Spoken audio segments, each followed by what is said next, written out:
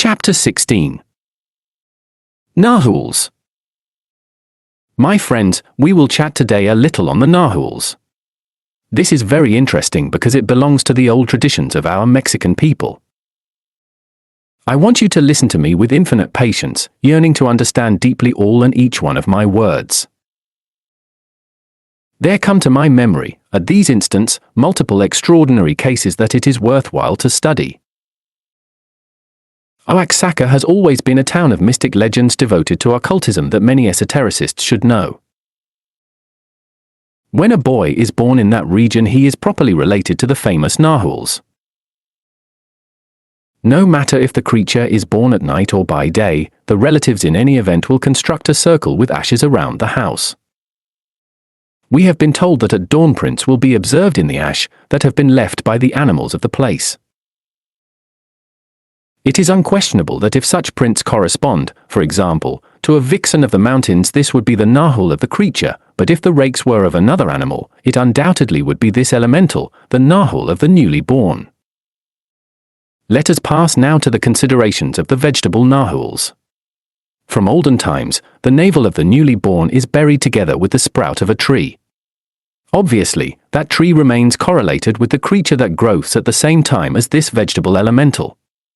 The people of the place know very well that the elemental of such tree could help the creature related to it in many aspects of his life.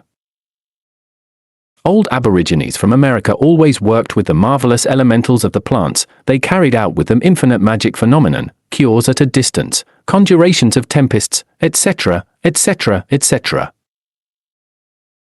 It is good to remember now that the nature elementals are the angelic creatures that enliven all that is, all that has been and all that will be. Each mineral atom is the physical body of an inferior elemental. Each plant is the physical body of an intelligent vegetable elemental. Each animal creature is the material vehicle of an elemental of that kingdom. In ancient times, before we begin the cycle of human existence, it is obvious that we were elementals. Now you will understand why we are related with these or those plants or with these or those stones or animals. You can already see that in Oaxaca these millennial traditions have not got lost, and there is no doubt that many native people are properly protected by those elementals with which they are related at birth. The Nahuatls are, therefore, ideal elementals when we really love them. A very extraordinary Nahuatl is undoubtedly the black cat. I am going to relate next an experiment that I performed with such elemental.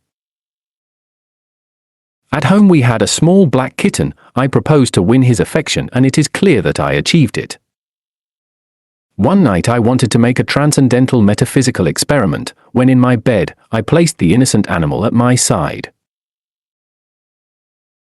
I relaxed my body in the correct manner and then concentrated deeply in the mentioned feline, requesting that he take me out of my physical body. I admit in plain language that such concentration was long and very deep, possibly was prolonged for the space of an hour.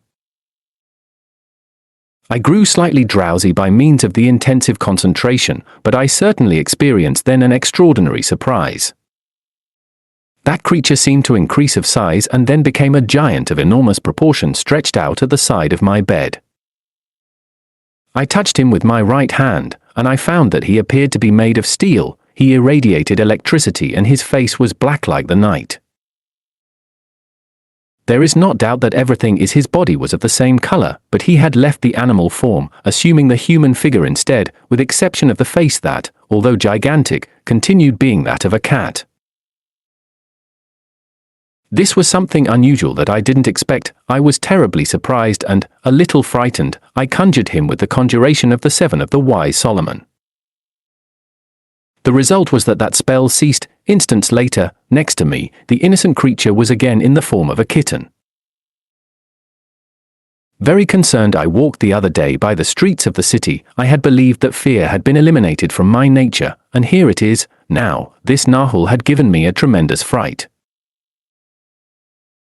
However, in no way I was resigned to lose the battle, and I gave myself courage, awaiting anxious for the night in order to repeat the experiment. I placed again the small creature in my bed to the right, like the previous night. I relaxed my physical body, not leaving any muscle in tension, and I later concentrated deeply on the feline, keeping there in the deep of my heart the intention of not letting myself be frightened again. Worn soldier doesn't die in war, and I already was obviously informed about what should happen. Therefore, the fear had been frankly eliminated from my interior. After having elapsed an hour more or less, in very deep concentration, the same phenomenon of the previous night was repeated exactly. It is obvious that the elemental of that kitten left the body so as to take a human gigantic and terrible figure. From my bed, I looked at it. It was awful in a grand way, terrifying. Certainly his so enormous body didn't fit completely, and therefore his legs and feet surpassed my humble bed. What astonished me most is that such elemental, upon abandoning his dense body, could materialize physically, be made visible and tangible to our senses, because I could touch it with my physical hands and it seemed to be made of iron. I could see it with my physical eyes and his face was tremendous. But this time I was not afraid. I proposed to have complete control on myself, and it is clear that I achieved this. Then, speaking with firm and slow voice, and I demanded to be taken out from my physical body, saying, "Get up, kitten, from this bed." Upon saying this, the giant stood up. Later on I went on commanding him, "Take me out now of this physical body, take me into the astral." Upon saying this, that extraordinary giant answered me with the following words, "Give me your hands." Of course I lifted my hands, a moment that the elemental took advantage of in order to pull me and take me out of the physical body. That stranger being was endowed with a terrible force, but irradiated love, and it is clear that he wanted to serve me, so they are, the elementals of nature.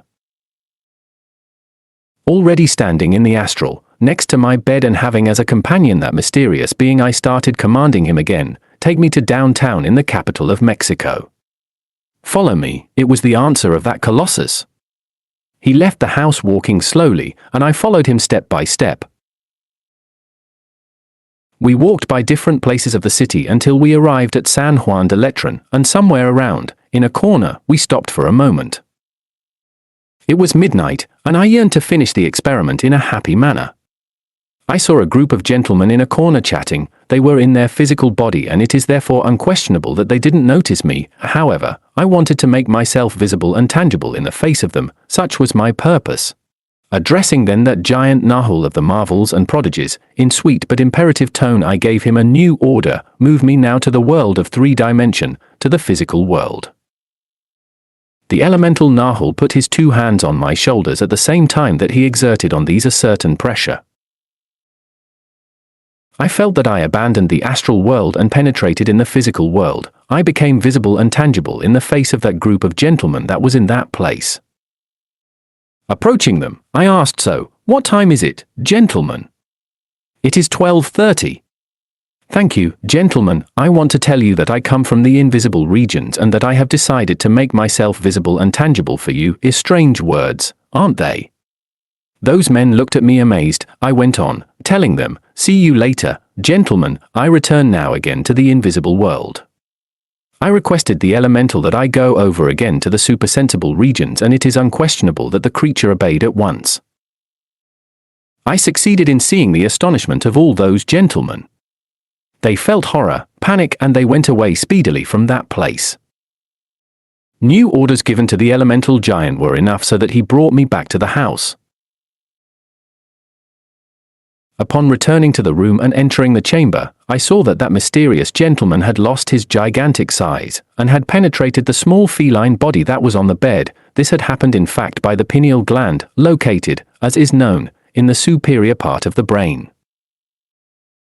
I did the same. I put my astral feet on the above-mentioned gland of the physical brain, and I felt then inside my dense body in order to wake up in my bed.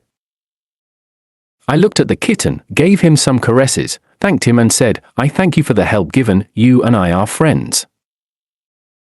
From then, my dear friends, I have come to believe that the kittens, these elemental felines, could be ideal for all aspirants to the superior life. With this kind of Nahuatl, any occultist could learn to leave into the astral consciously and positively. What is important is not to be afraid. Valor is very much needed. It is appropriate to mention that in this class of psychic experiments it is required that the color of the cat be black. Many cultured ignoramuses could have the luxury of laughing at all these occult presentations, but to us that doesn't matter. We are writing for people of spiritual restlessness. we are speaking for people that really yearn for the awakening of the consciousness. 1. Master, could you explain to me what it is an elemental? Art, my friend, I want you to understand that every atom is a trio of matter, energy, and consciousness. Obviously, the conscious aspect of any atom is an elemental. You can enlarge now this idea a little more. Think of the kitten of our experiment. There you will see a physical organism. It is obvious that this vital structure is constituted by organs and for cells. Think now that each cell is a sum of atoms. You break an atom and it will liberate energy. Clearly, all organism in the last synthesis is reduced to different types and subtypes of energy. But there is something more in the creature, or in creatures. There exists intelligence and consciousness. Undoubtedly, the consciousness of the kitten of our experiment, or of any animal creature, it is the inferior elemental, the nahuatl, as they say, the native of Oaxaca. Undoubtedly, such consciousness has an etheric body that allows it to be made visible and tangible in any place and show in diverse forms, as you will have observed in my story. Think of the plants.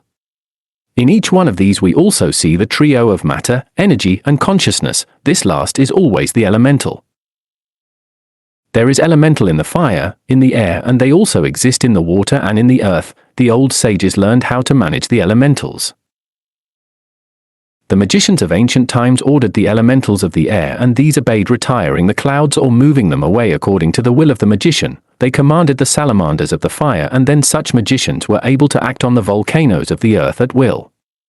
They ordered the elementals of the water, and it is obvious that they could appease the tempests or to make the rivers and lagoons overflow. They conjured the elementals of the mineral kingdom in order to carry out operations of alchemy, or in order to make the earth tremble, or simply in order to conjure the earthquakes, and the result was always marvelous. I believe that now the gentleman will be able to understand better what the elementals are. I advise you to study the work entitled The Elementals by F. Hartmann, the great German initiate. 2. I have heard say that with the black cats they make black magic, they invoke demons, etc.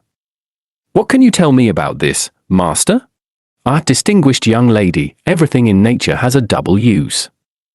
There is the plant that cures and the plant that kills. You already see the magnificence that is electricity, how many machines move with electric power, how varied services it produces for us. However, it also serves for the electric chair. I believe that nobody ignores that the electricity in hands of the executioners is the cause of death. The black cat is used wickedly by the perverse of the black magic, but it could also be used by the saints of the white magic. The elementals in themselves are neither good nor bad, everything depends on the use that we make of them. If we use them for good purposes, we do unblemished work, but if we had the wrong aims, we shall do evil work. I believe that none of the friends here present are dedicated to the black magic. I find that all could use the services of the black cat, that is especially magic, in order to learn how to live in the astral body consciously and positively. Working for the awakening of the consciousness is not a crime.